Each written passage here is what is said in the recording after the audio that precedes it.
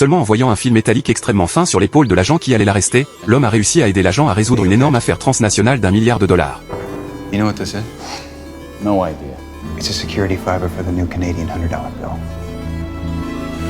Cet homme s'appelait Neil. À l'origine, il était un détenu récidiviste condamné à 4 ans de prison. Pourtant, quand il ne restait plus que 3 mois avant sa libération conditionnelle, il a soudainement décidé de s'évader. Il a rasé sa barbe de plusieurs années, s'est coiffé en arrière avec de l'eau du toilette, puis a sorti la tenue de policier cachée dans le réservoir. Totalement transformé, il est sorti des toilettes et a marché bravement devant les gardiens sans être découvert. En passant simplement à côté d'un gardien, il lui a subtilisé sa carte d'accès. Ensuite, il a passé la carte pour ouvrir la porte, la liberté n'était plus qu'à un pas.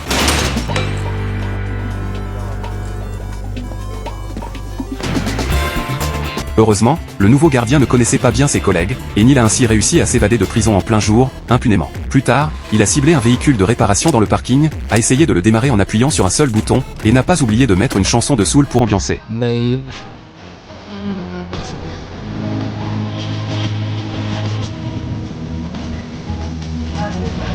a conduit la voiture volée jusqu'au parking de l'aéroport, créant l'illusion qu'il allait prendre un avion pour quitter le pays. En réalité, il a acheté un uniforme de travail jaune et a attendu patiemment qu'une Rolls-Royce décapotable entre dans le terminal. Alors seulement, il s'est fait passer pour un valet et s'est approché. Le propriétaire, par habitude, a cru qu'il était un employé de l'aéroport.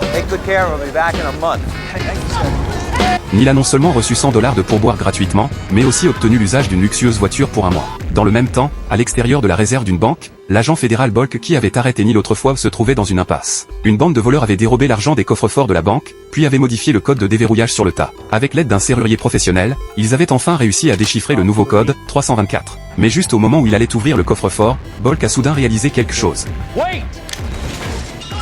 Avec l'explosion, toutes les preuves ont été détruites. Bolk a ramassé le fil métallique qui lui était tombé sur le corps et l'a montré à tous les grands diplômés présents, mais personne n'a su ce que c'était. How many of you went to Harvard? Don't raise your hands. Don't.